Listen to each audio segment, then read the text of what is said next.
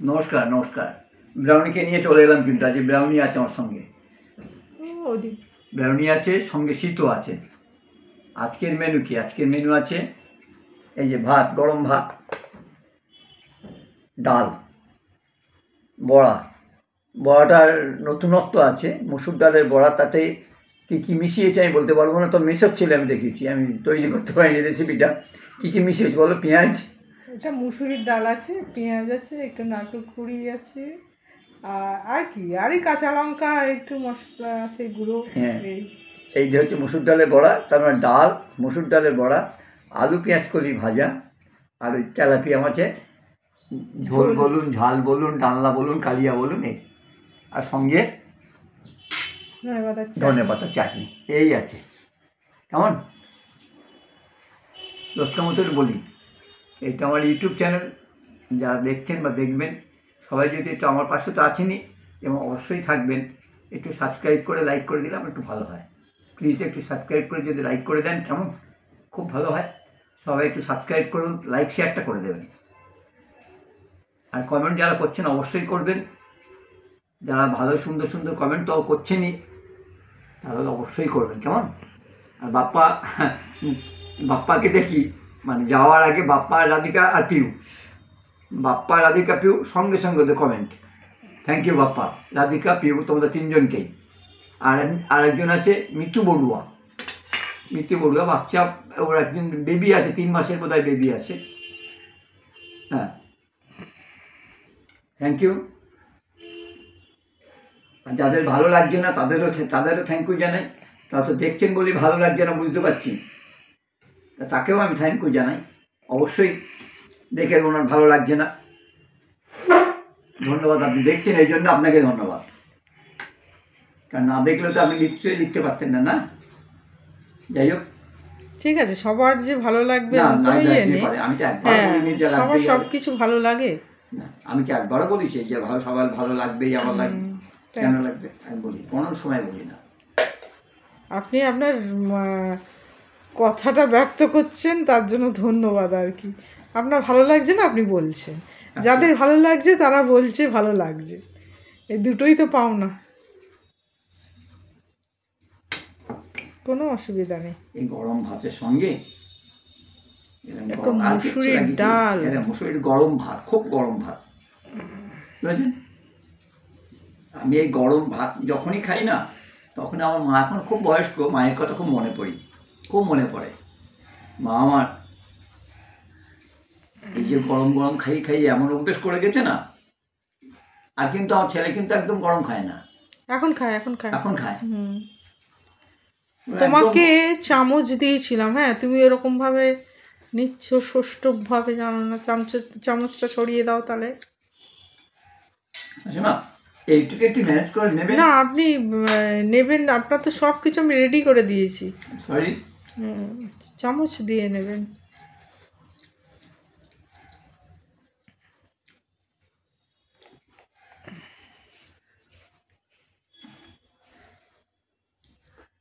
একটা খুব ইন্টারেস্টিং খবর কি জানেন? আমার স্ট্রিটে থাকতাম তো, আমাদের ছেলেদের সংসার ছিল, যারা কলকাতা পড়তে আসতো, কলেজে পড়তে আসতো, চাকরি করতে আসতো। আমার স্ট্রিটে আমাদের একটা বাসা ভাড়া নেওয়া ছিল, সেখানে আমরা থাকতাম। তারপরে তো আমরা যে যার চাকরি বাকরি করে, বিয়ে থা করে, যে যার মতন আমার স্ট্রিটে ঘরও ছেড়ে দিতে হয়েছে। তার ঠিকানা কিন্তু আজও মনে আছে আমার স্ট্রিটে থাকতাম। এইবার আমার বাবা থাকতো, বড়দা থাকতো, মেজদা থাকতো, সেজু ভাই থাকতো, আমি থাকতাম, আমার পরের ভাই থাকতো। একদম ছোটো ভাই থাকতো না, ও কোনো দিনই ওখানে থাকেনি, কোনো দিনই না।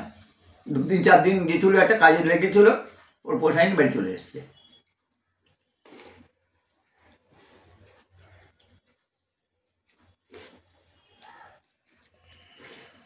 তো যে কথা বলছিলাম, সেখানে আমার মেজু ভাই আর সেজু ভাই, মানে আমার থেকে বড় সেজু, আমি সেজু ভাই আর মেজু ভাই, ওরা কোনোদিন তুই তো আমার করে কথা বলতো না, দুজন আপনি আপনি করে কথা বলতো। টুডে আমার মেজু ভাই হাইকোর্টে অ্যাডভোকেট, বর্তমানে তো ছেলে ওকে নিয়ে চলে গেছে, ব্যাঙ্গালোরে থাকে, একটি ছেলে।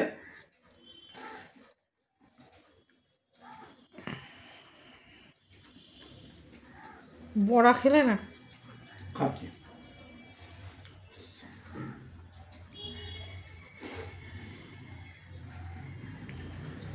আর এই ডালটা পেঁয়াজ দিয়ে করেছি, বুঝতে পারছো? বুঝতে পারছো না? না কেন বলো তো, বুঝতে পারছো না? হ্যাঁ, ডালটা যখন ডালটা সেদ্ধ হচ্ছিলো তখন পেঁয়াজটা দিয়ে দিয়েছি, মানে ফোড়ন ওই যে পেঁয়াজ দিয়ে যেটা করে সেটা একরকম টেস্ট, আর এই পেঁয়াজ ডালের মধ্যে সেদ্ধর সঙ্গে একসঙ্গে দিলে তার সব কিছুতে এক্সপেরিমেন্ট। এক্সপেরিমেন্ট না, এটা আমি করি, আমি বুঝতে তো ওই তোমাদের একটু পেঁয়াজ, তুমি অরিস্মিতা তোমার একটু পেঁয়াজ খেতে ভালোবাসো, ডালে পেঁয়াজ, তো এইভাবে খাও। ভাজা পেঁয়াজ খাওয়ার থেকে সেদ্ধ পেঁয়াজ খাওয়া ভালো। আমি আর ছেলে ওই ফোড়ন দিয়ে ডাল করলেই ভালোবাসি।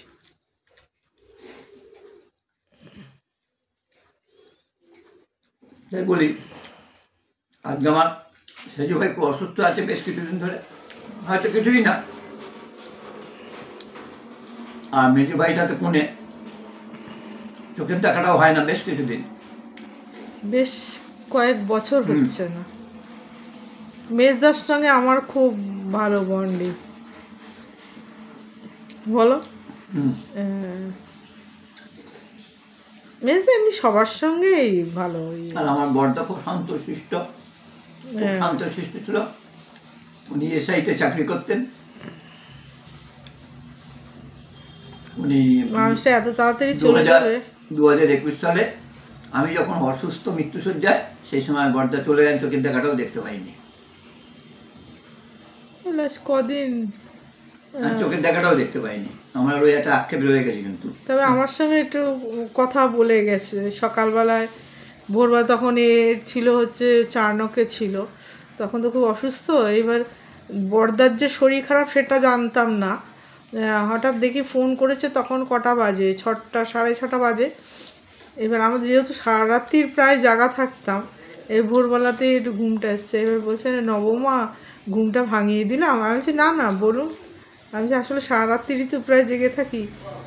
তা বলছে ও তুমি চিন্তা করো না, তোমার নাম বাড়িতে সবাই মানিক তো মানকে করে আর কি, মানকের কিচ্ছু হবে না, দেখো। ও যেহেতু বড়দা একটু হাত টাত দেখতে জানতেন, বলছে ও গেরো কেটে গেছে, কিচ্ছু হবে না, দেখবে ও সুস্থ হয়ে যাবে, তুমি কান্নাকাটি করবে না। তো বলছে করছে যে মানুষটা যে কদিন বাদেই যে চলে যাবে এইটা ধারণার বাইরে ছিল। আমি বললাম যে না না আপনি বলুন, তখন বললেন আর কি, তুমি চিন্তা করো না সবাই আছে, এই সব বললো টললো। তো মানুষটা যে তখন অসুস্থ সেটা জানতাম না। মারা যাওয়ার পরে লকডাউন তো সমস্ত 3 বছর ধরে, সেই 20-21 সাল তো সব পৃথিবী বন্ধ। 2020-21 সালে তো পৃথিবী বন্ধ। আমি হসপিটালে ভর্তি আছি, আইসিইউতে আছি, প্রাইভেট হসপিটাল, ভেতরে ঢুকতে দিয়ে না বাড়ির লোককে। যেমন তারা যে হাসপাতালে কী করে যাবে ডাক্তাররা সে চিন্তাও করে না যে এরা আসবে কী করে। তাদের ফোনের নিয়ম হচ্ছে ভোর রাত্রি 10টার পরে ফোন করে, যে এসে তখন ওই অটো ওই ফোন করে, যেমন তোমার ওই ক্যাব ট্যাগ বুক করা যায়। একদিন অটো করে আসছি মানে ইয়ের থেকে, চারনক থেকে, তখন ওই অটো ড্রাইভার ভদ্রলোক বলে, আমি রোজ এরকম যাই, খুব অসুবিধা হয়, একটা অটো পাই না। তখন বলছে কেন আপনারা বুক করে যাবেন? হ্যাঁ, অটো তো এখন করা, আমরা জানতাম না, মানে আমি তো, হ্যাঁ তুমি হাসপাতালে, আমি তখন তো মৃত্যুর সঙ্গে লড়াই করছি। তখন ওই ভদ্রলোক বলার পরে তারপরে বলে দিলেন এই নাম্বারে এইভাবে করে ফোন কর। তাই ফোন করতাম। আর আমাদের এখানে সুভাষনগর থেকে একটা ইয়ং ছেলে, বুঝেছো, ওই কী করতো, ওই ফার্স্ট গাড়ি বার করতো, আর যখনই ফোন করা হতো ওই আসতো। ওই প্রথম 1-2 দিন পরে দেখে যে আমি চারনকে নামি, হ্যাঁ, তাই এবার না পেরে তখন বললো কাকিমা একটা কথা জিজ্ঞাসা করবো। আর বলো। তখন বলছে যে এরকম কে ভর্তি? আমার হাজব্যান্ড ভর্তি আছে। কি হয়েছে কাকুর? তা আমি বললাম এই হয়েছে। তো ছেলেটা তখন রেগুলারই তো যেতাম, ও আবার দেখে হঠাৎ কদিন যেতে যেতে আলাপ হয়ে গেল। এইবার বলছে আমি ভগবানের কাছে প্রে করছি, আমি খুব ভগবান বিশ্বাসী, কাকুর কিচ্ছু হবে না। আপনি টেনশন করবেন না। আসলে আমার চোখ মুখেই তখন টেনশানে ভরা থাকতো। হ্যাঁ, কিচ্ছু হবে না, টেনশন করবে না, ঠিক হয়ে যাবে। ছেলেটা ইয়ং ছেলে, হ্যাঁ, হয়তো দেখো ওকে আর দেখলে চিনতেও পারবো না, তখন আর আমার ওর মুখের দিকে আর অত তাকাতাম না। ও দেখি এরকম বলতো টেনশন করবেন না, কিচ্ছু হবে না। কেন ওখানে তোমার যারা দারোয়ান, মানে মহিলা দারোয়ান দাঁড়িয়ে থাকতো, সিকিউরিটি গার্ড, ওরাও পর্যন্ত আমাকে হেল্প করেছে। মানে দেখছে তো রেগুলার আসে, এসে বসে থাকে সেই ইয়ের মতন, চাতক পাখির মতন। হাসপাতালের মধ্যে কিন্তু ঢুকতে দেওয়া না, নিয়ম ছিল না। হাসপাতালে তো ঢুকতে পারতাম ওরা কিন্তু আমাকে 40 দিনের মধ্যে চোখের দেখা করে দেখতে পাইনি কিন্তু। একদিন শুধু আমাকে তোমার, যখন টেস্ট করতে নিয়ে যাচ্ছিল হ্যাঁ, টলিতে করে ঢেকে মরার মতো। হ্যাঁ, আমি ওর লুঙ্গিটা দেখে চিনতে পেরেছি। আমি এবার দারোয়ানটাকে বলছি কি, দাদা আমার একটু ব্যাগটা দেখবেন, বলে সে দৌড়চ্ছি যে মানুষটাকে একটু দেখবো বলে, সে দৌড়ে দৌড়ে এসে, মানে এমন সময় এসে দাঁড়ালাম যে তখন লিফটে উঠবে তুমি না, সেই সময় লিফটে উঠবে, হ্যাঁ, ওইটুখানি চোখের দেখা। হ্যাঁ, আসলে ও যা দিন গেছে ও আমার মনে করতে চাই না, মনে করতে গেলে রাতে ঘুম চলে যাবে। মানে বলতে আমার খারাপ লাগে যে আমি বেঁচে ফিরে আসছি, কিন্তু দুপুরবেলা বোধ আছে এই ছেলে বোধ বেঁচে থাকি। আমাকে ওই যে মেশিনের মধ্যে ঢুকিয়ে দেয় না, হ্যাঁ, ওইটাকে কি মারাই নাকি বলে, হ্যাঁ হ্যাঁ, ওর মধ্যে ঢুকিয়ে দেয় তো, আমি ওর মধ্যে সেন্সলেস হয়ে গেছিলাম। ভয়তে আসলে তুমি তো এমনি তো না, আমার সঙ্গে জলের কোনো সম্পর্ক নেই, খাবার কোনো সম্পর্ক নেই, তখন আমি ছিলাম না। আমার জল খেতে দিত না, এক ফোঁটা গালে জল দিত না। 40 দিন আমি কিছু ভাত খাইনি, মানে কোনো কিছু না, এক ফোঁটা জলও খাইনি, শুধু স্যালাইনের উপর বেঁচে ছিলাম 40 দিন। চিন্তা করুন শরীরে তখন কী আছে। মেশিনের মধ্যে ঢুকিয়ে দিয়েছে, দিয়ে আমি অজ্ঞান হয়ে গেছি, ওরা জানে না, তোদের মেশিন চলছে, ওরা গল্প করছে। তারপর বার করে স্ট্রেচারে এসে শুয়ে রেখে দিয়েছে, আমার জ্ঞান ফিরেছে, কেউ জানে না আমি পড়ে আছি 2 ঘন্টা ধরে। যখন জ্ঞান ফিরেছে আমি তার মধ্যে নোংরা করে রেখে দিয়েছি। 2 ঘন্টা পরে এসে সুইপার এসে ওই ট্রলি টেনে টেনে বাড়ি ওপরে তোলে।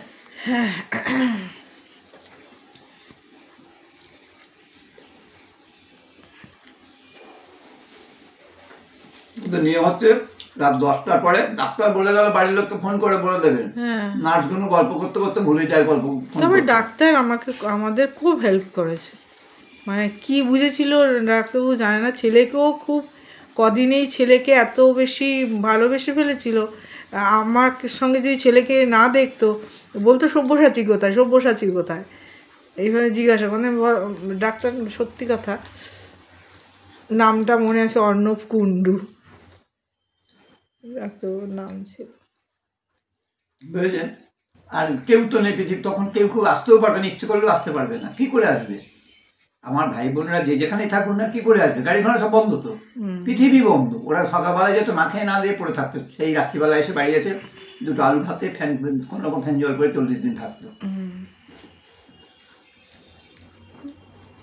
আমাদের সব প্রেশার লো হয়ে গেছিল, জানেন, আমার ছেলে বউ সবাই প্রেশার লো হয়ে গেছিলো।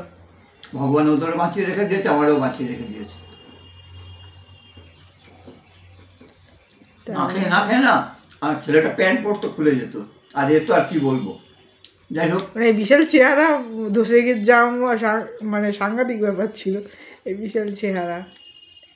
তার আমি 13-14, ঠিক আছে, খাও না, অসুবিধা নেই। তুমি কিন্তু বড়া আজকে খাওনি আর, বুঝলে, চালের গুঁড়ো দেওয়া তো চালের গুঁড়ো দেওয়া হয়েছে কি, চালটা একটুখানি মুচমুচে হয়েছে, তো ছেলে তো 2-3টে খেলো, গরম গরম অবশ্য। তাহলে আমি সবাইকে এইটাই করতে চাইছি, আমি কেন ইউটিউবে এসেছি। হাসপাতাল রাত্রি 10টার সময় ফোন করতো, সকালবেলা 75,000 কি 80,000 নিয়ে আসুন আর বন্ডে সই করুন, ওনার টেস্ট হবে, টেস্ট করতে গিয়ে মারা যেতে পারি। হ্যাঁ, ঠিক আছে, তুমি খাও। হ্যাঁ, নমস্কার, আমার খাওয়া শেষ, গল্প শেষ না, গল্প হলো সত্যি। করবো। ভালো থাকবেন।